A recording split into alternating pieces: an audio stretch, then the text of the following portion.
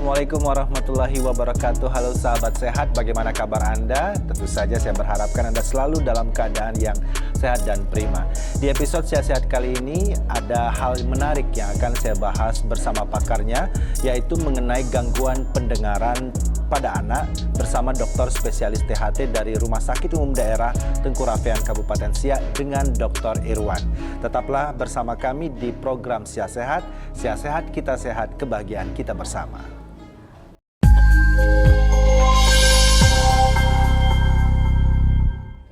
Ya, sahabat sehat, bersama dengan Dr. Irwan dari Rumah Sakit Umum Daerah Tengku Rafean Siak, spesialis THT ya dok ya? Iya. Bagaimana kabarnya dok? Alhamdulillah sehat dan semoga pemirsa TV Siak juga dalam keadaan sehat walafiat. Ya, ini harus ada komunikasi dua arah menandakan bahwa pendengaran kita juga sehat ya dok ya? Iya, harus sesuai dengan ya sesuai dengan tema judulnya. kita pada kesempatan kali ini, gangguan pendengaran pada anak. Iya. Nah, sebelum kita bicara jauh nih dok tentang gangguan pendengaran terhadap anak. Nah, secara umum ini bentuk gangguan ini seperti apa sih dok, gangguan pendengaran ini? Assalamualaikum warahmatullahi wabarakatuh. Untuk pemirsa TV Siak, semoga kita semua dalam keadaan sehat walafiat. Sebelum kita menjelaskan gangguan pendengaran pada anak, ada baiknya kita tahu dulu anatomi, mungkin fungsi dari telinga itu sendiri ya. Secara garis besar, telinga itu terbagi tiga sebetulnya ya. Ada telinga bagian luar, telinga bagian tengah, dan telinga bagian dalam ya.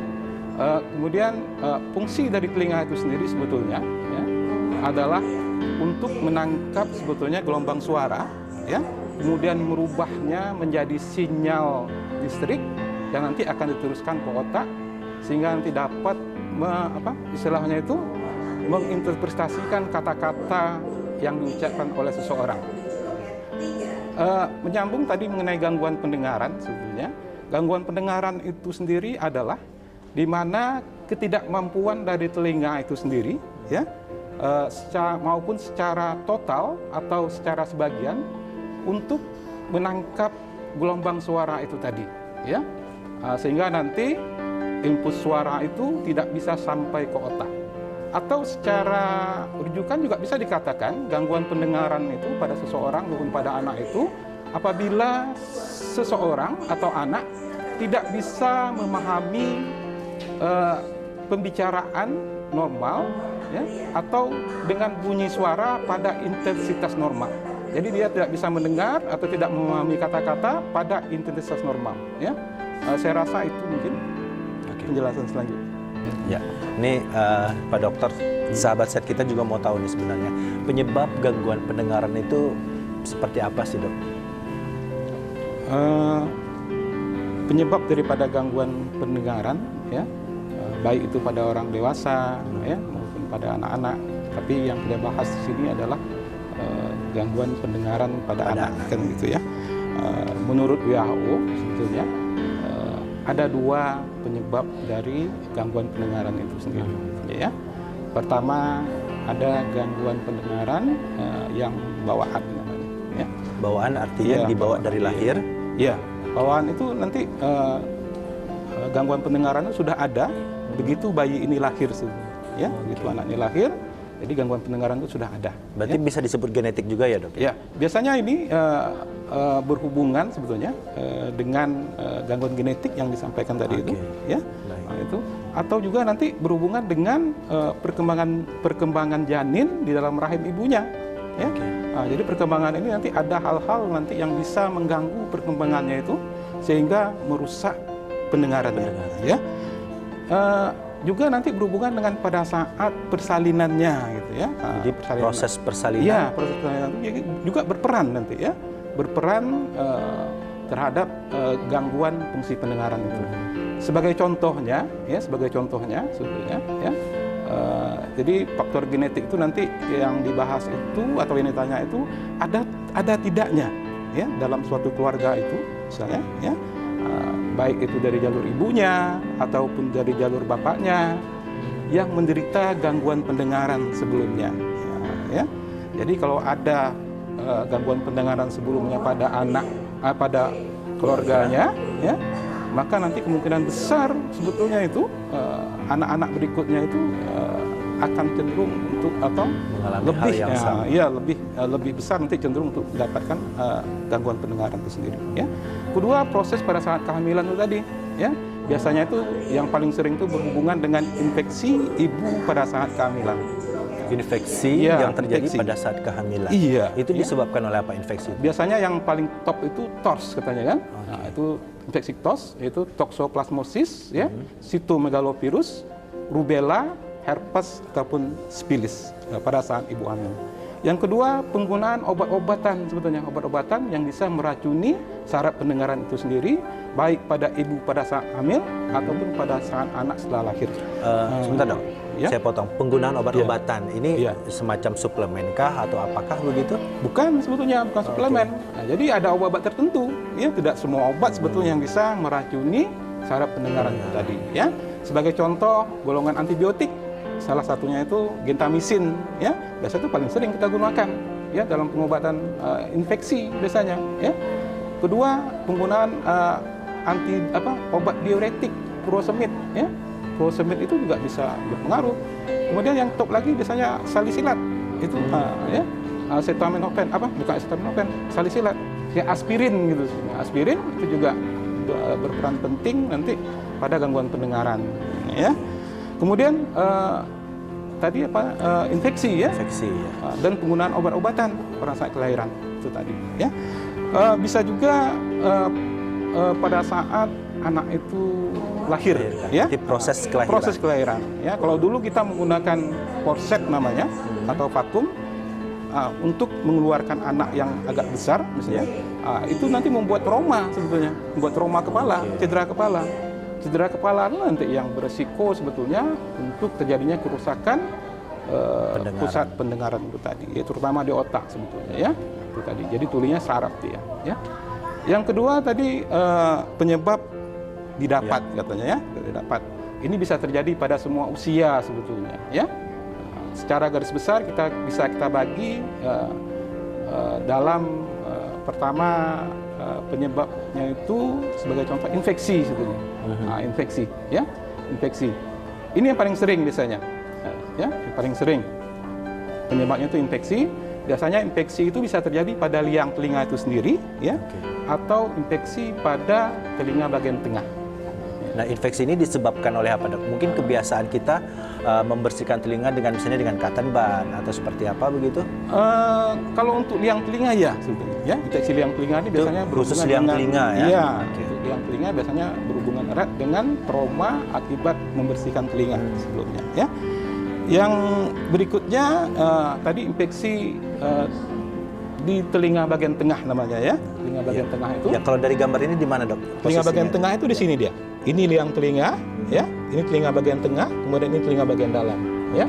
Infeksi pada telinga bagian tengah biasanya itu yang lebih dikenal dengan infeksi telinga bagian tengah akut ataupun kronis, ya. Yang kronis ini kalau masyarakat awam ya lebih kenal dengan istilah turiek, torek, tungkian, teleran dan sebagainya itu tadi, ya. Kemudian tadi berhubungan lagi dengan bising sebetulnya.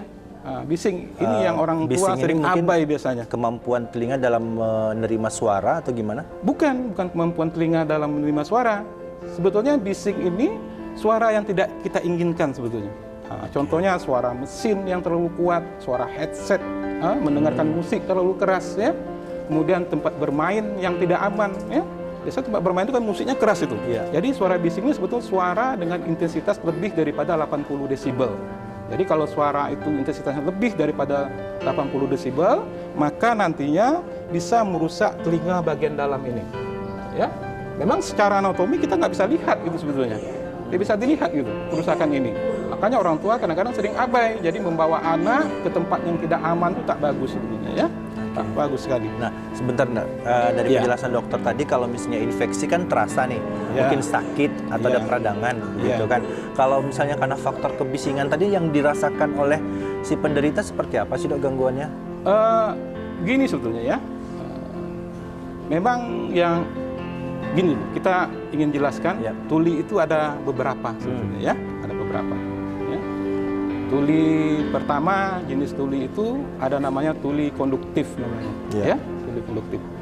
tuli konduktif ini apabila kerusakannya itu berada pada telinga bagian luar ataupun telinga bagian tengah, namanya tuli konduktif. Ya, tuli konduktif ini biasanya menyebabkan penurunan gangguan pendengaran, tapi tidak menghilangkan kejernihan suara ataupun kejelasan suara.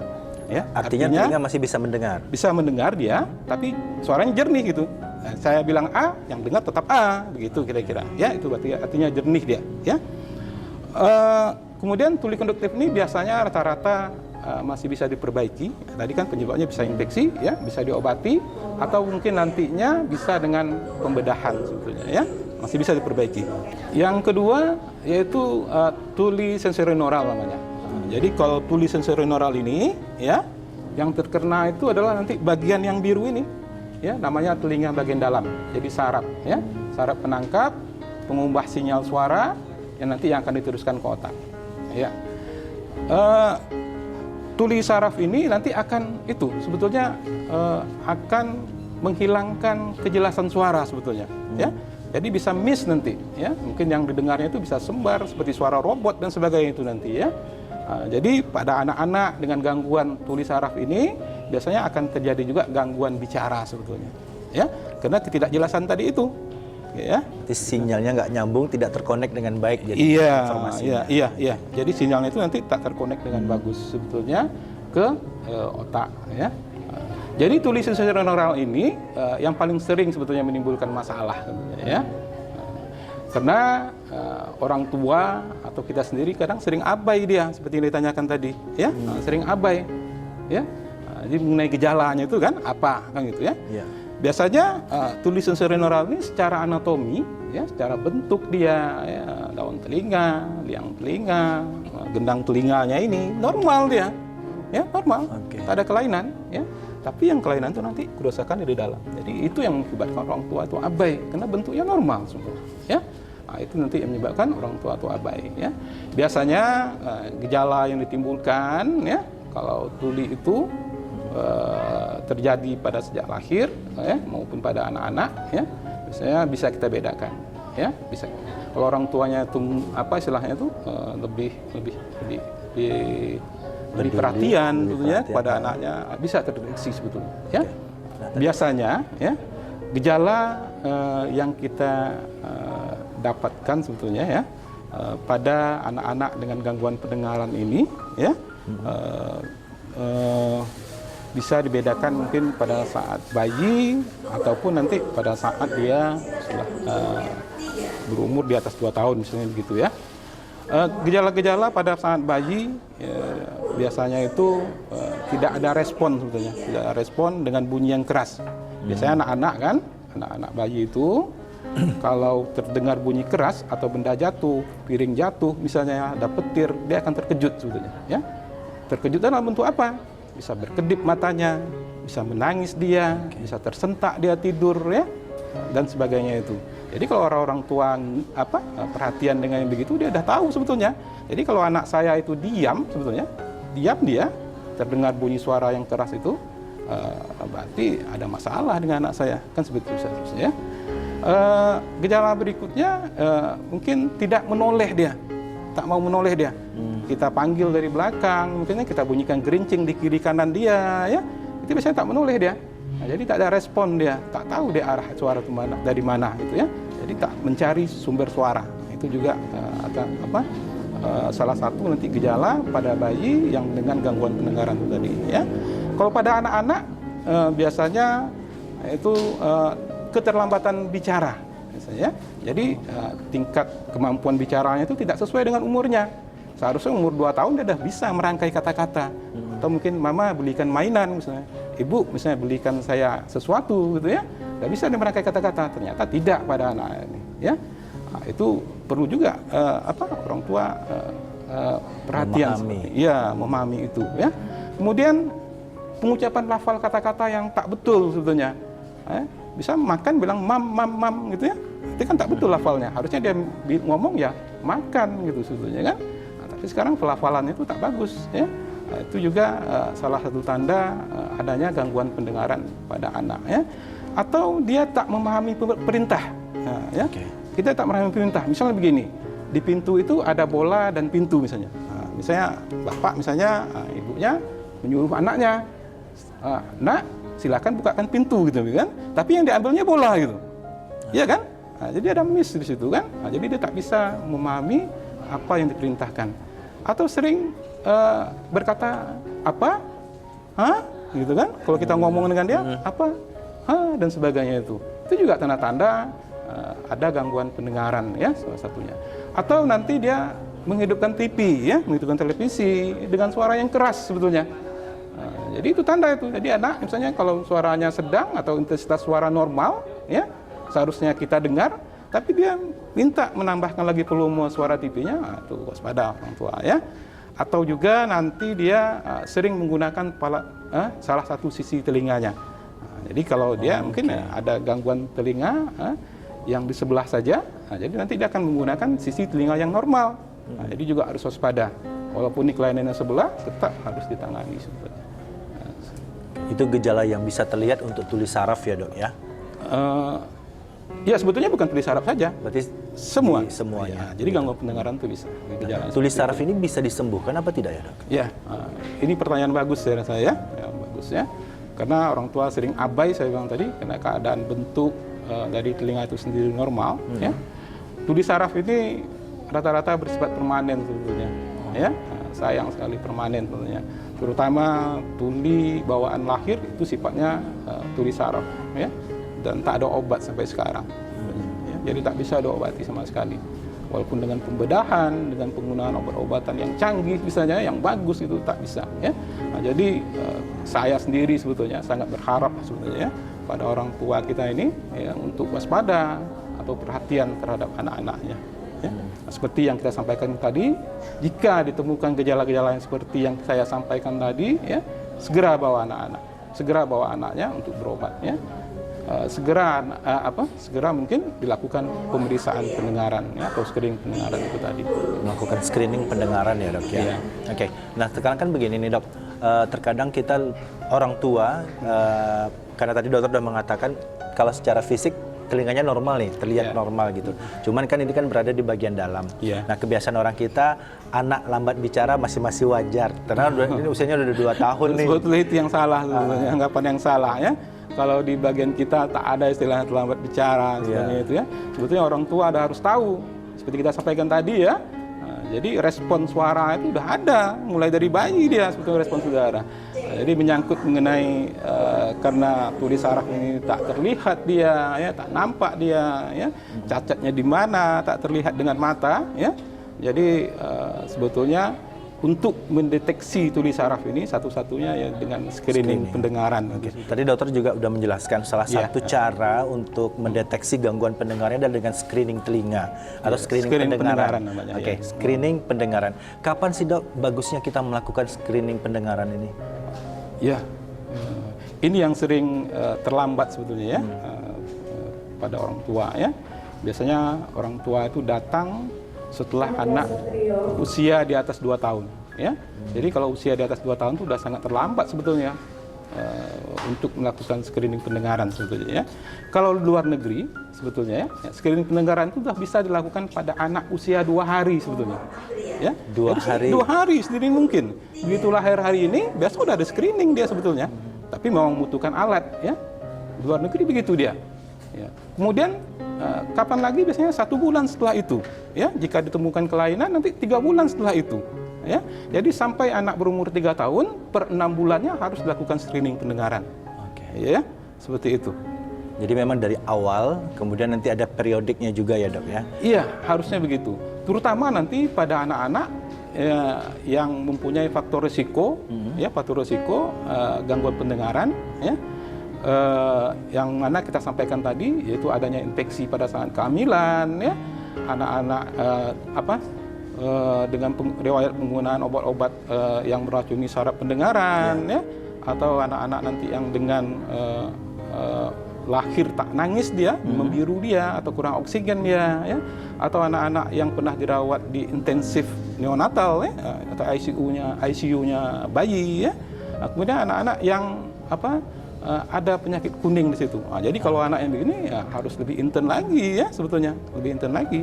Memang orang tua memang harus lebih sensitif ya. Iya, harusnya begitu ya. Sehingga nanti kalau kalau screening ini betul-betul dilakukan ya, orang-orang tua yang ngeh dia ya, maka istilahnya itu perbaikan atau habilitasi atau rehabilitasi daripada pendengaran ini nanti bisa maksimal dilakukan ya, karena nanti semakin besar usia anak ya, proses habilitasi dan rehabilitasi ini tadi akan semakin sulit sebetulnya ya, akan semakin sulit ya, bahkan nanti gangguan bicaranya bisa permanen dia ya, seperti itu.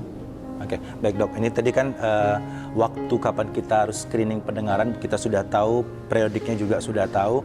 Nanti ketika sudah mendapatkan hasil dari screening ada gangguan pendengaran pada pasien atau pada anak, apa yang harus dilakukan? Tapi dokter jangan jawab dulu, kita akan kembali setelah pesan-pesan berikut ini. Oke.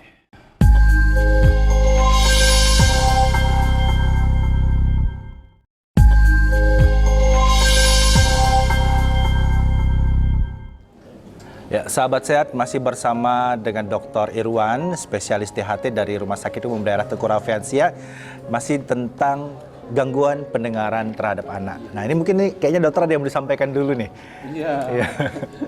Mungkin ada yang tertinggal sedikit tadi ya. Ya. Jadi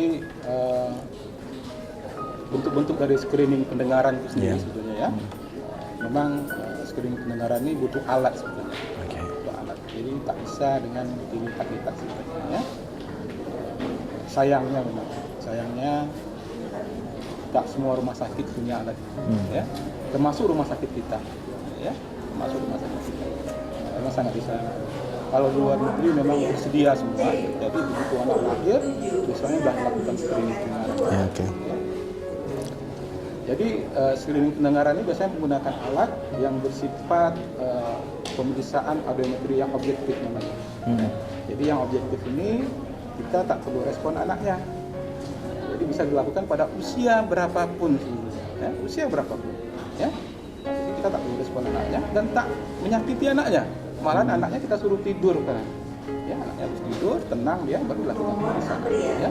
Yang paling sering itu yang kita dengar, yang kita tahu, orang tahu itu ada pemeriksaan namanya BERA. BERA. Ya. BERA itu dan respon auditory. Ya. Atau nanti ASSR namanya, Auditory Steady State Response ya. Nah, ini alatnya cukup mahal sebetulnya ya, jadi tak semua rumah sakit bisa melakukan pemeriksaan ini ya. Hasilnya akan tersedia segera ya. Cuma biayanya cukup mahal dan tidak setiap rumah sakit punya alat ini ya. Ada lagi satu lagi namanya OAE ya. OAE ini alat ini untuk mendeteksi sel rambut yang ada di rumah siput sistem pendengaran kita ya. Ini alatnya cukup murah sebetulnya. Biasanya screening pendengaran yang dilakukan pada hari kedua kelahiran itu menggunakan alat ini. Siapa aja bisa melakukan sebetulnya ya. Siapa aja bisa, bidan bisa ya, perawat bisa. Jadi bukan harus dokter ahli dia yang melakukan itu. Karena simple sekali ya, simple sekali alatnya itu. Begitu dimasukkan ke telinga anaknya, ditekan tombol aktifnya, ya keluar hasilnya. Tapi alat yang begini pun mahal juga, tidak tersedia. Ya, sayangnya seperti itu. Nah, ini kan tadi waktu kapan harus screening juga sudah tahu, metode-metode screening juga sudah Bapak jelaskan gitu. Nah, ketika dari hasil screening terdeteksi nih ada gangguan pendengaran, nah apa yang harus dilakukan? Prinsipnya begini sebetulnya. Deteksi pendengaran ini atau gangguan pendengaran ini sedapat mungkin dilakukan sedini mungkin, ya, sedapat mungkin dilakukan sedini mungkin. Sebab kalau terdeteksi dalam usia dini sebetulnya, ya, maka nanti proses rehabilitasi, ya, proses rehabilitasi itu akan berjalan lebih bagus, ya. Tadi, seperti kita sampaikan sebelumnya, bahwa tuli, terutama tuli bawaan, ya, tuli bawaan ini sifatnya adalah tuli sensorineural dan itu permanen, ya, dan tak bisa diobati lagi, ya, tak bisa diobati lagi. Jadi gimana caranya, ya, untuk membangkitkan sebetulnya, bukan bisa memperbaiki lagi sebetulnya, ya, sebetulnya dengan menggunakan alat lagi namanya. Alatnya itu kalau bahasa awamnya itu alat bantu dengar namanya. Oke. Ya. Dan itu bukan alat bantu dengar yang biasa harusnya, bukan yang bisa dipakai biasa. Harusnya alat bantu dengar yang canggih sebenarnya, harganya cukup lumayan mahal. Jadi alat bantu dengar yang dipakai pada orang tua itu berbeda biasanya ya dengan pada anak dengan gangguan pendengaran itu tadi. Karena tuli atau gangguan pendengaran pada anak ini sifatnya tuli sangat berat ya. Tuli sangat berat. Okay. Jadi suara dentuman pesawat baru bisa dia dengar. Rata-rata begitu ya. Atau nanti ada namanya sekarang itu ya, yang lebih canggih lagi dengan operasi sebetulnya memasukkan elektroda sebetulnya pengganti rumah siput ini langsung nanti ke rumah siput ini tadi. Namanya cochlear implant. Cochlear implant ya, itu dengan teknik operasi memasukkan ya. Dan itu sangat mahal. Ya, mahal sekali. Untuk satu telinga itu investasinya sekitar mungkin hampir 250 sampai 300 juta sebetulnya. Ya. Cukup lumayan mahal ya. Itu tadi. Jadi elektroda itu nanti berfungsi untuk mengubah gelombang suara itu tadi menjadi impuls listrik yang bisa diteruskan ke otak seperti itu. Ya. Cuman gua kadang-kadang sering salah dia. Nah, ada yang salah kan yang bisa begini dia. Ada pasien saya sebetulnya. Saya udah beli alat mahal nih, Pak. Saya udah pakaikan anak saya alatnya, ya. Pakaikan alatnya. Udah dua telinga sekaligus pun, gitu ya. Tapi anak saya belum bisa ngomong katanya. Nah, jadi jangan berpikiran ya, nah, begini. Begitu alat ini terpasang, ya, gitu ya. Anaknya dengar suara, memang dengar dia, ya, sebetulnya. Tapi dia langsung ngoceh itu, tak bisa begitu, ya. Karena proses bicara itu bukan seperti itu. Ya. Kenapa tadi kita bekerja dengan waktu? Ya. Karena begini dia. Jadi proses bicara itu seperti itu. Kita tahu sesuatu itu, sebetulnya, tahu ini warna biru, sebetulnya, ya. Warna biru ini dari orang lain sebetulnya. Jadi proses bicara itu kita lihat, kita dengar orang ngomong, kita rekam dia, ya, kemudian kita simpan di sini, ya, persis seperti komputer sebetulnya, menyimpan. Habis itu nanti yang berikutnya bisa kita keluarkan lagi. Karena udah ada memorinya ya, Pak? Bukan memori, iya, udah disimpan di situ. Udah tersimpan. Ya. Nah, jadi nanti kalau kita lihatkan ini lagi, begitu nampak, cas ke sini, biru, langsung dikeluarkan lagi. Jadi kenapa orang tuli itu tak bisa ngomong, seperti itulah dia. Kemudian proses merekam ini tadi, kenapa kita harus bekerja dengan waktu? Proses merekam ini tadi, yang terbaik itu usia di bawah 2 tahun. Oke. Ya. Makanya nanti anak-anak usia di atas 3 tahun, ya, walaupun nanti udah dikasih alat bantu dengar yang canggih itu, nanti proses belajar itu pasti lama, bahkan bisa permanen tak bisa ngomong sama sekali.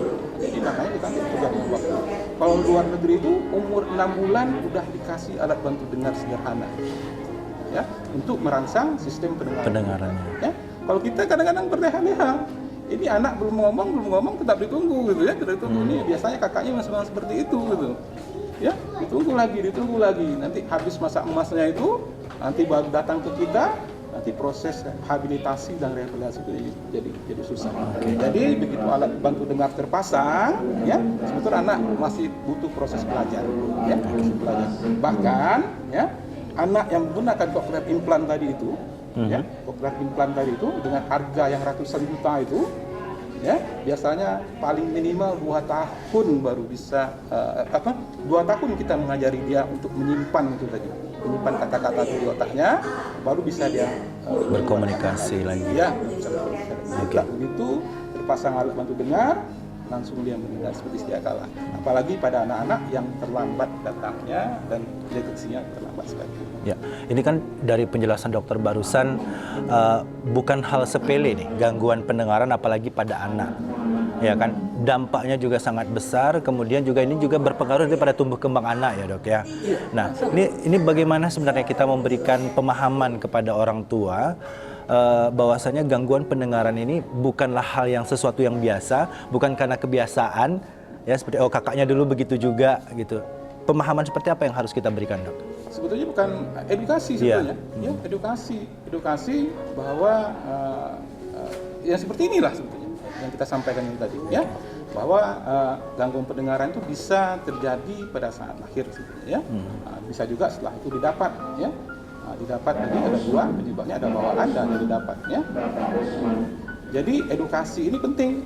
Kemudian orang tua itu mengerti dah, ya, dan paham. Kemudian orang tua itu istilahnya care terhadap anaknya ini. Jadi jika ada misalnya anak-anak seperti gejala yang kita sampaikan tadi, ya, jadi kita sampaikan tadi, segera bawa gitu, segera bawa, jangan menunggu-nunggu lagi gitu, ya. Kemudian untuk rumah sakit mungkin ya, yang paling penting itu ada alat-alat untuk screening pendengaran mungkin. Ya, ini dok, tadi dari penjelasan yang sudah sangat jelas nih ya dokter berikan, bahwasanya gangguan pendengaran ini ada yang didapat, ada yang bawaan. Nah, tindakan-tindakan pencegahan atau preventif apa yang harus dilakukan terkait dua hal ini dok? Pertama, gangguan pendengaran karena didapat, dan gangguan pendengaran yang bawaan. Ya, gini ya, pencegahan ini sebetulnya bisa dilakukan sejak dini, ya. Jadi ada beberapa mungkin yang bisa dilakukan sedini mungkin, ya. Tadi menyangkut mengenai sebab atau gangguan pendengaran yang diakibatkan oleh bawaan, ya. Biasanya ini terjadi pada proses kehamilan. Jadi pada ibu-ibu hamil sebetulnya, ya, kita sarankan untuk melakukan pemeriksaan kehamilan secara rutin, sebetulnya, ya. Terutama nanti terhadap infeksi yang merupakan faktor risiko penyebab jadi gangguan pendengaran itu. Kita sampaikan tadi ada toxoplasmosis, ya, ada rubella, kemudian ada cytomegalovirus, ada herpes, kemudian ada syphilis, ya. Jadi dokter kandungan sudah tahu tuh, ya, ada cara untuk mendeteksi ada tidaknya infeksi itu.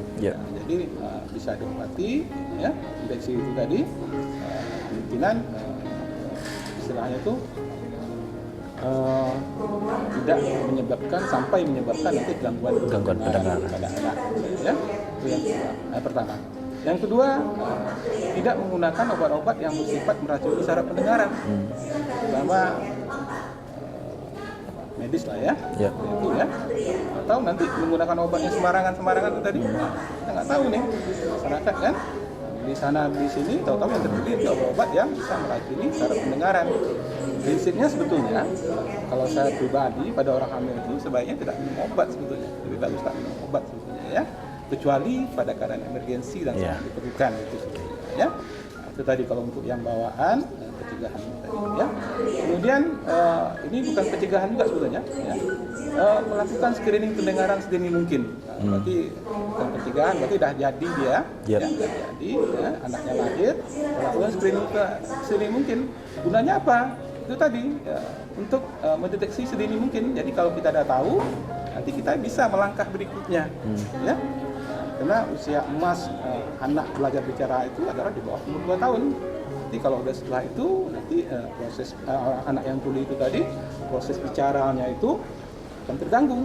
Tapi kalau habilitasi dan rehabilitasi itu dilakukan sedini mungkin, mudah-mudahan, insya Allah, ya, Allah mungkin, ya, Tuhan, ya, anak yang tuli ini tadi bisa bicara normal seperti kebanyakan lain.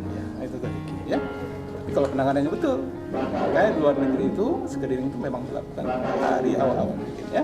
Pertama screening ini dilakukan pada anak-anak yang mempunyai faktor risiko, ya. Kemudian yang kedua tadi yang didapat itu yang paling sering itu infeksi telinga bagian luar, tengah, bagian luar dan tengah, ya. Tadi biasanya pelayanan yang didapat ini masih bisa diatasi, ya, dan sifatnya biasanya tak permanen, ya, dengan pengobatan infeksinya atau nanti dengan pencegahan, ya. Ya. Pencegahannya itu pertama kalau untuk yang telinga, ya, membersihkan telinga itu janganlah setiap hari, ya, karena nanti kalau setiap hari dia lecet infeksi nanti akan tertutup saluran pendengarannya, ya. Yang kedua, pada anak-anak nanti yang dengan produksi kotoran telinganya itu yang banyak, sebetulnya kita sarankan nanti untuk memeriksa telinganya itu setiap 6 bulan sekali. Dibersihkan Nanti kalau sumbatan itu terjadi, ya, jelas nanti mengganggu pendengaran yang sifatnya konduktif sebetulnya, ya.